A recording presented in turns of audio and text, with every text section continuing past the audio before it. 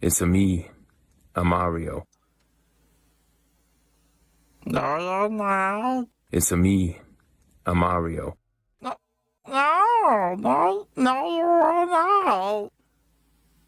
It's a me, a Mario. With the arrival of the trailer for the second Mario movie, people are making a big stink about Brie Larson voicing Rosalina. Yeah, she plays a pretty infamous character in the MCU, but I don't see what that has to do with this casting decision. She is far from the worst actress currently working in Hollywood, and if she can do good as a character actor, she can take her shot at voice acting. I guess people assumed that this would turn Rosalina into an overpowered Mary Sue, which just means they're a bunch of morons who never paid attention to the games. Guys, she is a literal goddess. Of course she's gonna fold that giant robot like a pretzel. Brie Larson voicing Rosalina is not the inherent problem with this trailer, and if you're familiar with my old video, you might already know where I'm going with this. What I find problematic about this trailer is how it feeds into the real growing problem with the Mario movies, and pretty much animated movies in general: star power-based casting. You remember how much everyone hated this? Hey, wanna help us save the world? Because all it takes is one gem piece. Or this?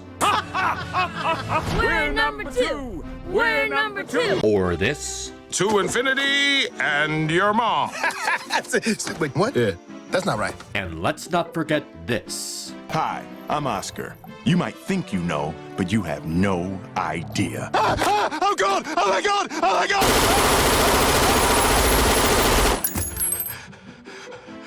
You can't hurt anyone anymore. That's because these people had absolutely zero experience or knowledge in proper voice acting, and were only chosen based on their popularity among fans or random nerds on the internet. They made absolutely zero effort to sound convincing or properly disguise their voices, which resulted in them being incredibly distracting as they spoke their lines. And trust me when I say these are far from the only examples of this happening. While watching Trolls, did you ever believe for a single second that this wasn't Justin Timberlake? Why won't you sing? Because singing killed my grandma, okay? While watching The Lion King 2019, did you ever believe that this wasn't Beyoncé? Why worry? What happened to you? You're not the Simba I remember. The only reason this keeps happening is really because the producers want to ensure more ticket sales. So they hire whoever they think is worth the most money at the expense of actual voice acting credentials. And more times than not, this results in the casting backfiring as they sound like Hollywood personalities wearing some sort of face mask or Halloween costume. Yes, there's exceptions to the rule like Robin Williams as Genie or Mark Hamill as the Joker, but that's because there were very specific reasons why those two ended up working. Mark Hamill perfectly disguised his original voice while speaking in a way that reflected the character's sadistic and chaotic personality, reinventing the way everyone viewed the Joker like a new golden standard. And in the case of the Genie, nobody else could properly play the character, because he was invented from the ground up to work with Robin Williams' skills in stand-up comedy and impersonations. In order for a voice actor to work, they need to fit the design, personality, and disposition of the character. Star casting doesn't think about any of these things and just has the Hollywood celebrity using their regular voice, without any effort put into matching their character, or at least trying to sound like a different person. It's been this way for decades ever since Disney exploited Robin Williams for money, right before Shrek made it into a common practice. It ruins the craft of voice acting because there's no uniqueness or creativity behind it. It's just this guy from this movie who's hot right now being put in a kids movie so they can sell his popularity to kids and make him more popular and worth more money. There's no sense of ingenuity behind this. It's just a garbage business practice for the suits to benefit from. And unfortunately, this problem has made its way into the Super Mario movies by Illumination. They got an ensemble of modern Hollywood big names to do the voices of classic Nintendo characters, and 90% of them are terribly unfitting with the characters they were casted to play. That's not Mario. That's Star-Lord pretending to be Mario. That's not Donkey Kong. That's Seth Rogen trying to make up for the money he lost on Santa Inc.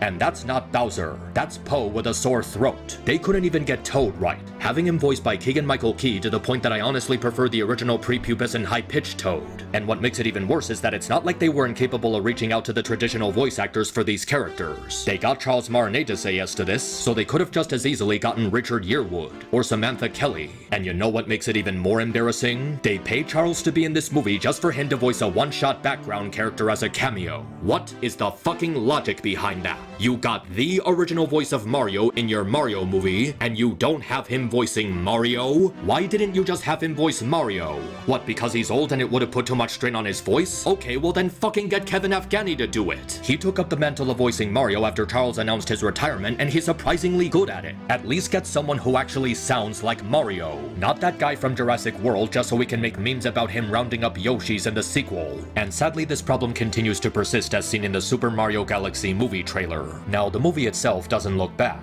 It looks like it may turn out to be a fun adaptation of the original game. After all, the first movie was a fun adaptation of the source material, so there's no reason to believe they can't do it here. But man, that celebrity voice acting. It's still just as tripe and tiring to listen to as it was in the first film. Mario doesn't sound like Mario. Luigi doesn't sound like Luigi. Peach doesn't sound like Peach. And Rosalina? Well, she's okay I guess, but it doesn't make it any less gimmicky. And then there's this.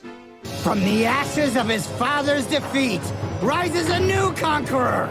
The Bowser name shall be feared once more. Oh my god, that is the worst impression of Bowser Jr. I've ever heard. Did these people not look up any information on this character? Did they just miss the Junior in Bowser Jr.? That's not the voice of a kid. That's not even someone pretending to be a kid. That's the father of the hydrogen bomb sneaking his way into a kid's movie. Would it kill them to have done tryouts with some teenagers in high school just to make it sound a little bit more convincing? Imagine if they did this for the voice acting of Monster House. I don't want to steal drugs from my father, I don't want to go inside a monster, and I don't want to die. I say it's worth a shot. Yes, I agree, let's do it. It's so painfully lazy and obvious in its intent that they can't even hide it properly. The movie itself can still be good, but the voice acting is a huge hindrance, because it's not something you can just turn off or ignore. Maybe if it was just once in a while and it was one or two characters, it wouldn't be so bad.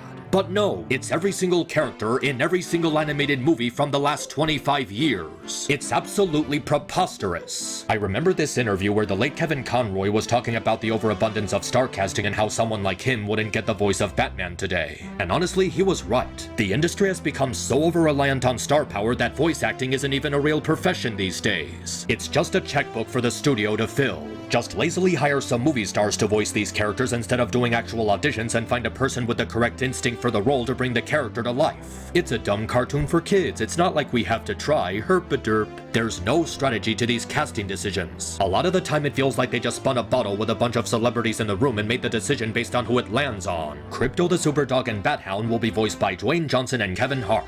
Why? Because Dwayne Johnson was available that day and Kevin Hart is his wacky sidekick. It doesn't even benefit the movie to do this. And in some cases it'll turn people away from seeing the movie because the celebrity in question is an overused, obnoxious tool. No one in their right mind is gonna rush over to a movie theater and pay money to see Rihanna as Smurfette. Maybe this retard, but not the rest of us. All I'm saying is that the industry would really benefit from stopping with the constant star casting and go back to real voice acting. We need to go back to seeking out the right voices for cartoon characters instead of slapping Hollywood-branded crap on everything. Bring back authenticity to the craft. It would be more fitting than all these throwaway choices the producers make on a whim when playing a game of darts with these casting decisions. Seriously, what the fuck is gained from casting a scruffy 40-year-old as Bowser Jr.?